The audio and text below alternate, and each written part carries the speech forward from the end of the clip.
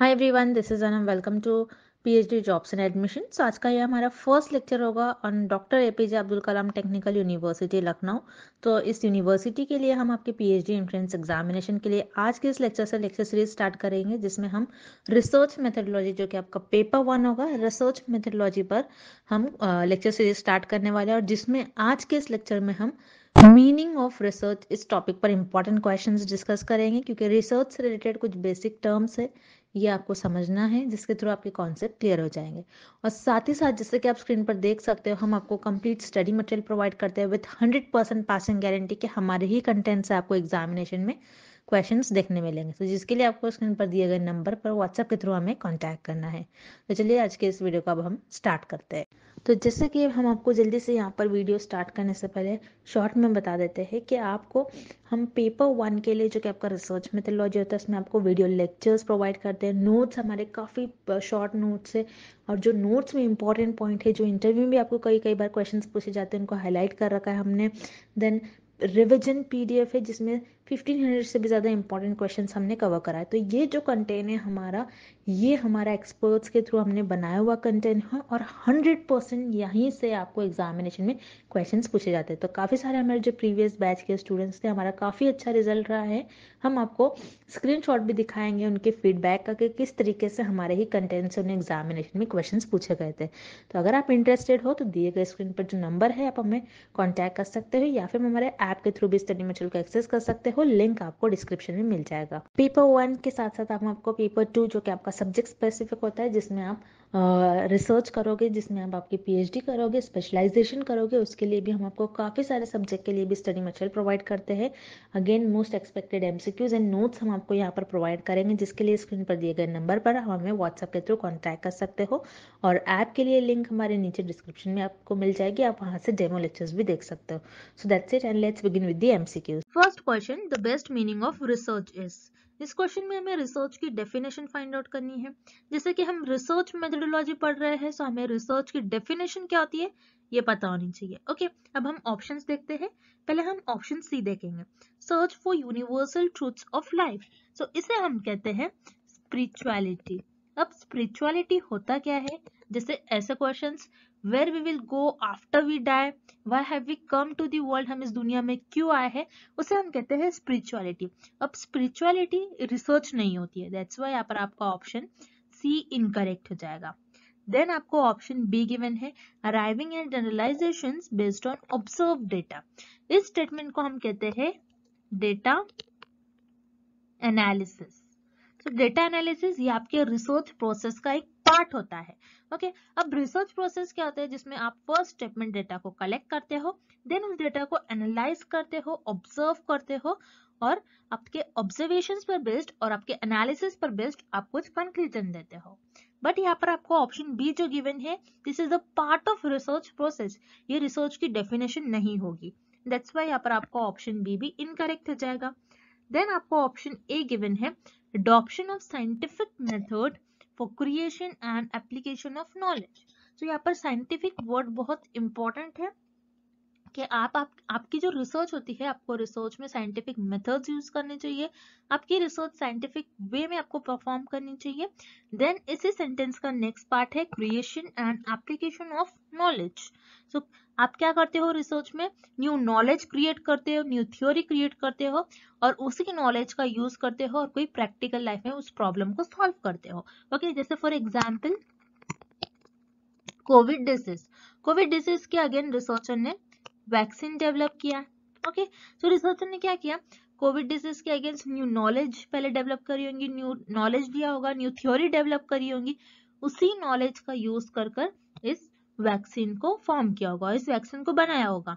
तो रिसर्चर ने क्या किया? यहाँ पर पहले नॉलेज क्रिएट करा और उसी नॉलेज का यूज कर इस प्रैक्टिकल प्रॉब्लम को सॉल्व किया।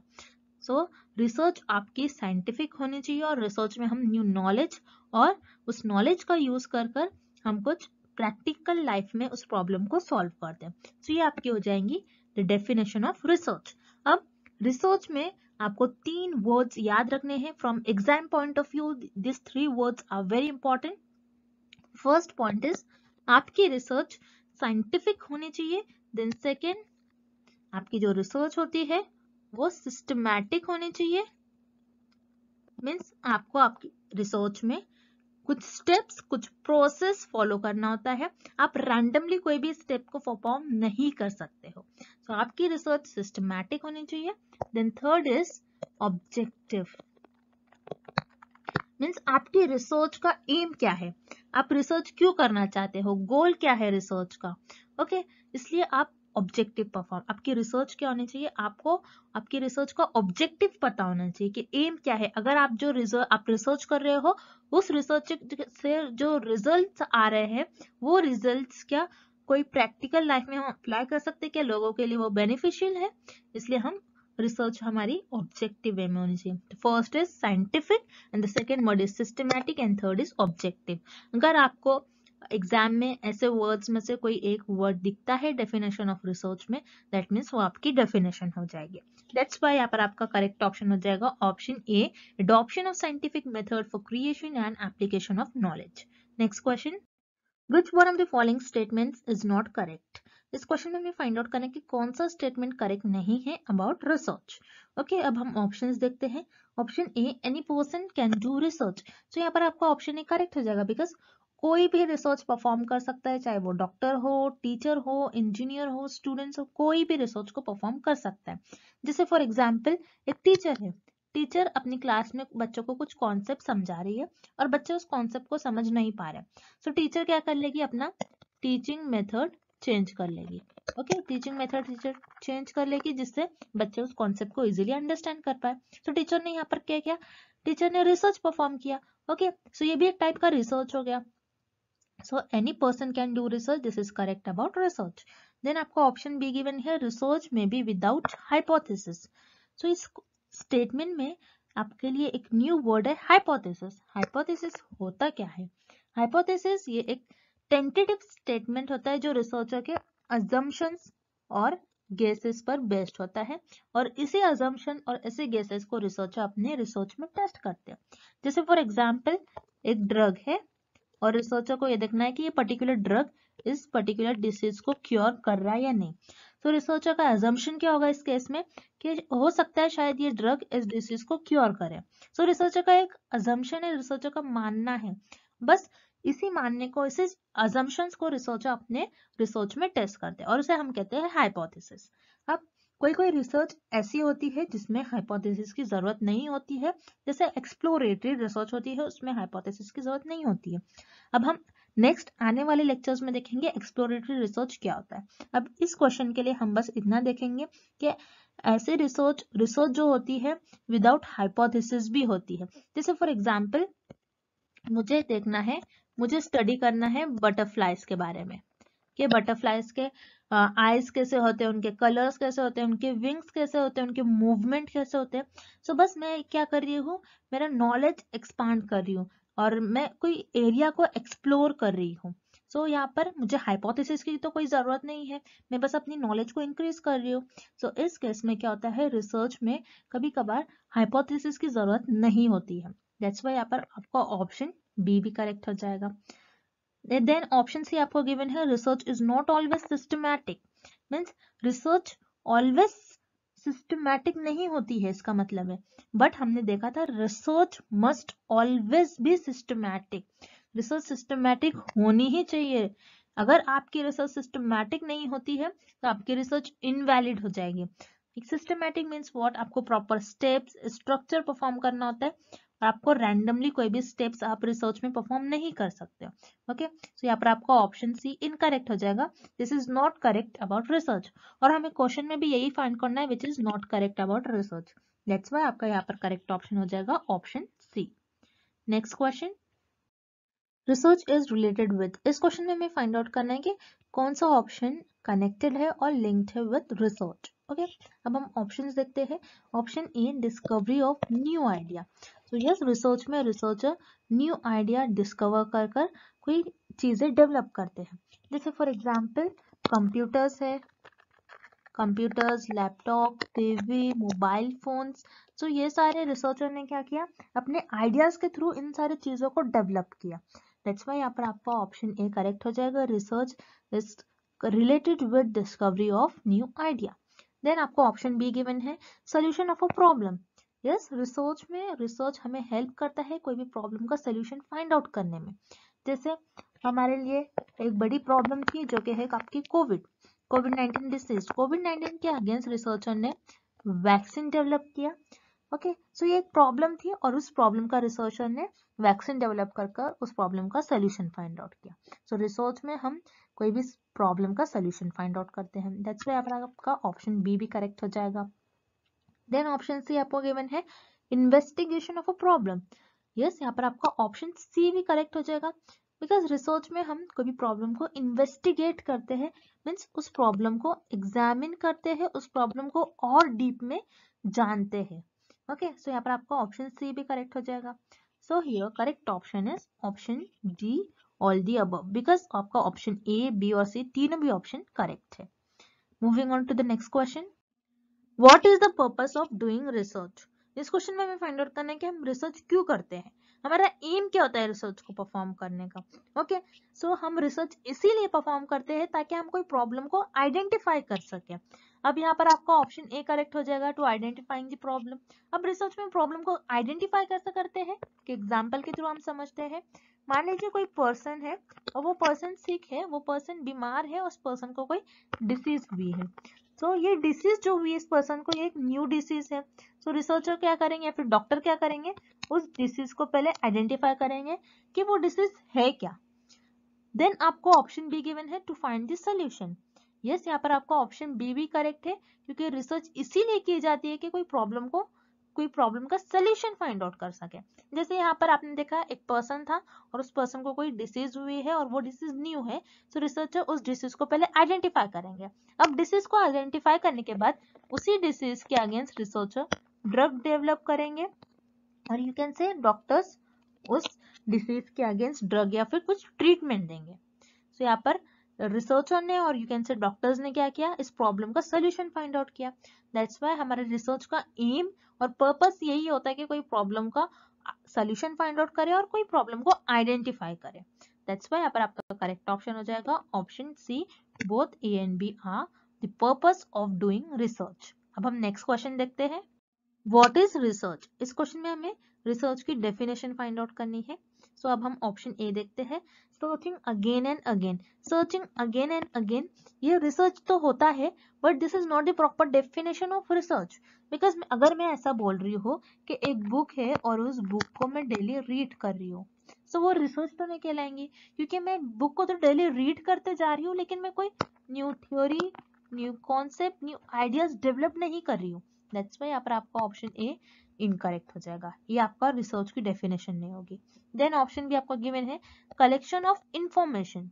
कलेक्शन ऑफ इंफॉर्मेशन ये भी आपकी रिसर्च नहीं होगी। दैट्स व्हाई यहाँ पर आपका ऑप्शन बी भी इनकरेक्ट हो जाएगा, बिकॉज अगर मैं ऐसा कर रही हूँ कि मैं इंटरनेट के थ्रू कुछ इंफॉर्मेशन ले रही हूँ और उस इंफॉर्मेशन को कलेक्ट कर रख रही हूँ, तो ये रिसर्च हो गई क्या। मैं कोई पीडीएफ उठा रही हूँ और उस पीडीएफ को अपने पास कलेक्ट करके रख रही हूँ, या फिर कोई इंफॉर्मेशन कोई सोर्सेज से कोई बुक लेकर आ रही हूँ मैं अपने पास रख रही हूँ।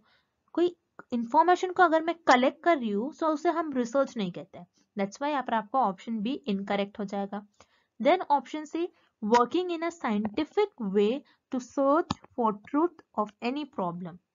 सो यस, यहाँ पर आपका option B correct, C correct हो जाएगा, क्योंकि देख रहे हो जैसे आप इस सेंटेंस में और इस डेफिनेशन में आपको एक वर्ड आ गया है साइंटिफिक। तो मैंने आपसे जैसा फर्स्ट क्वेश्चन में भी कहा था कि scientific word is very important, कि अगर आप आपकी डेफिनेशन में जब भी साइंटिफिक या फिर ऑब्जेक्टिव या फिर सिस्टमैटिक ये वर्ड्स देखते हो तो वो आपकी रिसर्च की डेफिनेशन हो जाएगी। सो हम रिसर्च को साइंटिफिक वे में परफॉर्म करते हैं कोई भी प्रॉब्लम को फाइंड करने में, कोई भी प्रॉब्लम का सॉल्यूशंस फाइंड आउट करने में। सो दैट्स व्हाई यहाँ पर आपका ऑप्शन सी करेक्ट हो जाएगा। This is the definition of research, working in a scientific way to search for truth of any problem. Okay, next question, research refers to. इस question में हमें find out करना है कि हम किस ऑप्शंस पर रिसर्च परफॉर्म कर सकते हैं। सो यहाँ पर आपको ऑप्शन ए गिवन है रूटीन एक्टिविटी। रूटीन एक्टिविटी जो आप डेली परफॉर्म करते हो उसे हम कहते हैं रूटीन एक्टिविटी। जैसे आप डेली कॉलेज जा रहे हो, डेली स्कूल जा रहे हो, अब डेली बात ले रहे हो, अब डेली लंच कर रहे हो, अब डेली डिनर कर रहे हो। सो ये रूटीन एक्टिविटी हो गया। रूटीन एक्टिविटी पर आप रिसर्च परफॉर्म नहीं कर सकते हो। दैट्स वाई यहाँ पर आपका ऑप्शन ए इनकरेक्ट हो जाएगा। Then option B annual activity. Annual activity means what, आप जो ईयरली करते हो या फिर ईयर में एक बार करते हो उसे हम कहते हैं एनुअल एक्टिविटी। एनुअल एक्टिविटी पर भी आप रिसर्च परफॉर्म नहीं कर सकते, दैट्स वाई यहाँ पर आपका ऑप्शन बी भी इनकरेक्ट हो जाएगा। Then option C occasional activity. Occasional activity means आप जो समटाइम्स करते हो, वो कभी कभार आप, समटाइम्स और यू कैन से आप कभी कभार करते हो, उसे हम कहते हैं ओकेजनल एक्टिविटी। इस पर भी आप रिसर्च परफॉर्म नहीं कर सकते हो, दैट्स वाई यहाँ पर आपका ऑप्शन सी इनकरेक्ट हो जाएगा। Then option D fact finding activity. Yes, आप यहाँ पर आपका ऑप्शन डी करेक्ट हो जाएगा, बिकॉज फैक्ट फाइंडिंग एक्टिविटी पर आप रिसर्च परफॉर्म कर सकते हो। अब फैक्ट्स क्या होते हैं, जैसे ऐसे टाइप के question, why sky is blue, sky blue क्यों है, why earth is round, earth round क्यों है। तो ये जो फैक्ट फाइंडिंग क्वेश्चंस है, फैक्ट फाइंडिंग एक्टिविटीज है, इन पर हम रिसर्च परफॉर्म कर सकते हैं ये देखने के लिए कि सच में अर्थ राउंड है या सच में स्काई ब्लू है। सो ये आपके फैक्ट्स हो गए।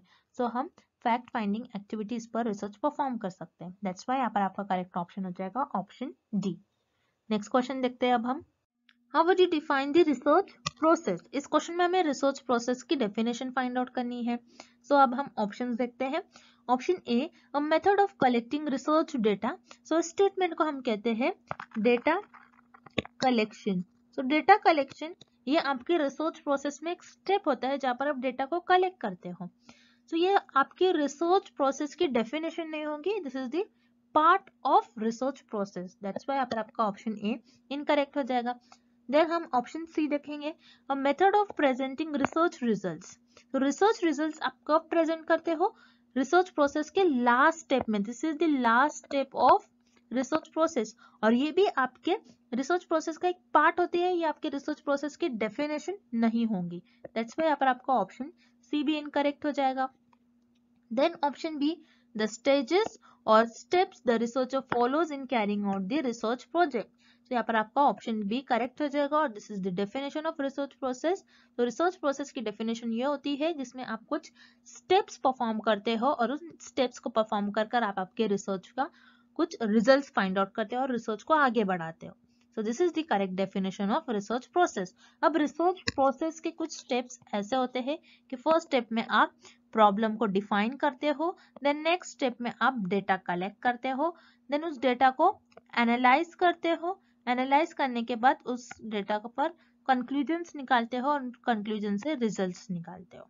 तो हम रिसर्च प्रोसेस की करेक्ट डेफिनेशन बोलेंगे इन सारे स्टेप्स को, जहाँ पे हम स्टेप्स परफॉर्म कर कर कुछ रिजल्ट फाइंड आउट करते हैं हमारी रिसर्च के, ना कि कोई एक पर्टिकुलर स्टेजेस को हम रिसर्च प्रोसेस कहेंगे। ओके, दैट्स व्हाई यहाँ पर आपका करेक्ट ऑप्शन हो जाएगा ऑप्शन बी, द स्टेजेस और the steps the researcher follows in carrying out research project. Next, what is a pilot study. इस क्वेश्चन में हमें फाइंड आउट करना है कि पायलट स्टडी होती क्या है।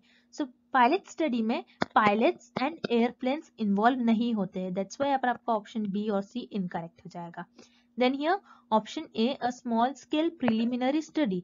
यस, पायलट स्टडी वो होती है जो रिसर्चर पहले एक स्मॉल स्केल पर करते हैं, अगर वो स्टडी सक्सेसफुल होती है तो उसे एक लार्ज एरिया पर, एक बड़े एरिया में रिसर्चर लॉन्च करते हैं।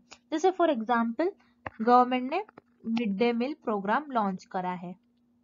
सो मिड डे मील प्रोग्राम क्या होता है कि कोई स्मॉल डिस्ट्रिक्ट में गवर्नमेंट कुछ स्कूल्स में बच्चों को खाना प्रोवाइड करते हैं ये देखने के लिए कि बच्चे स्कूल में आ रहे या फिर नहीं, कि उनका एनरोलमेंट बढ़ रहा है नहीं। सो यहाँ पर गवर्नमेंट ने मिड डे मील प्रोग्राम किया है। सो गवर्नमेंट ने मिड डे मील प्रोग्राम किया तो एक स्मॉल डिस्ट्रिक्ट में ही पहले government mid day meal programme launch करेंगे ये देखने के लिए कि बच्चों का एनरोलमेंट बढ़ रहा है या फिर नहीं। अगर बच्चों का एनरोलमेंट बढ़ रहा है, अगर ये प्रोग्राम सक्सेसफुल होता है, सो गवर्नमेंट क्या करेंगे, इसी प्रोग्राम को हर एक सिटी में लॉन्च करेंगे। सो इसे हम कहते हैं पायलट स्टडी। तो यहाँ पर आपका करेक्ट ऑप्शन हो जाएगा option A, a small scale preliminary study. Okay, next, which of the following options are the main task of research. इस क्वेश्चन में हमें फाइंड आउट करना है कि रिसर्च के मेन टास्क क्या होते हैं। सो अब हम ऑप्शन देखते हैं। Option A, to learn new things. तो यहाँ पर आपका ऑप्शन ए करेक्ट हो जाएगा, बिकॉज रिसर्च का एम ही होता है कि हम कुछ new theory, new concept, new ideas को डेवलप करें। सो उसके थ्रू हम कुछ ना कुछ न्यू नॉलेज सीखते रहते हैं। सो यहाँ पर आपका ऑप्शन ए करेक्ट हो जाएगा। Then option B, research gives you the latest information.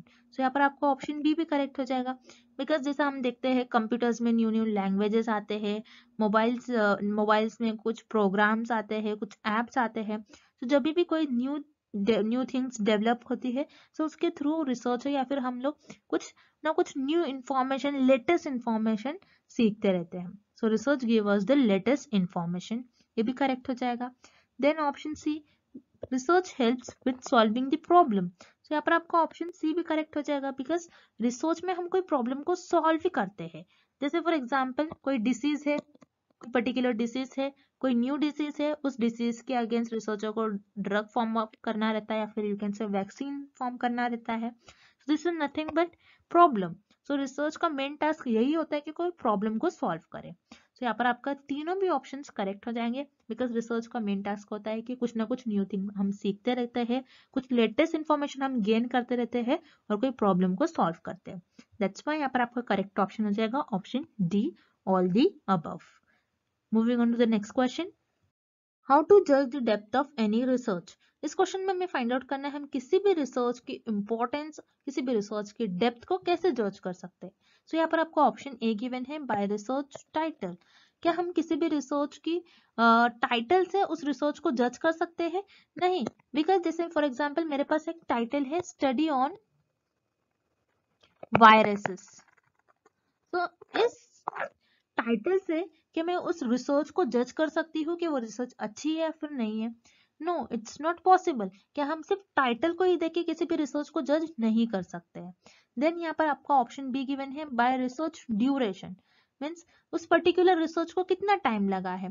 किसी रिसर्च को कंप्लीट होने में 2 वीक्स लगते हैं, किसी रिसर्च को कंप्लीट होने में 2 इयर्स लगते हैं, 1 ईयर लगता है, 6 मंथ लगता है। तो हम किसी भी रिसर्च की डेप्थ को उसके ड्यूरेशन के अकॉर्डिंग जज नहीं कर सकते। दैट्स वाई यहाँ पर आपका ऑप्शन बी भी इनकरेक्ट हो जाएगा। देन हम ऑप्शन डी देखते हैं, by total expenditure on research.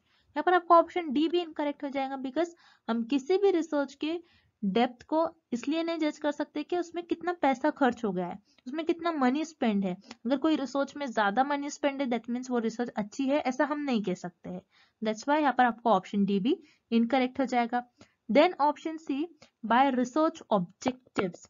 तो यहाँ पर आपका ऑप्शन सी करेक्ट हो जाएगा, बिकॉज हम किसी भी रिसर्च की डेप्थ को जज कर सकते हैं बाय इट्स ऑब्जेक्टिव, के उस रिसर्च का गोल क्या है, उस रिसर्च का गोल क्या है, उस रिसर्च का एम क्या है, वो रिसर्च क्यों की गई है, क्या उस रिसर्च के करने के बाद उस रिसर्च के जो रिजल्ट आ रहे हैं वो सोसाइटी के लिए बेनिफिशियल है या नहीं। सो इससे हम रिसर्च की डेप्थ को जज कर सकते हैं। दैट्स वाई यहाँ पर आपका ऑप्शन सी करेक्ट हो जाएगा, bye research objectives. So student, this is all about the meaning of research. I hope the definition of or the meaning of research is clear to everyone. Thank you for watching this session and good luck with your preparations.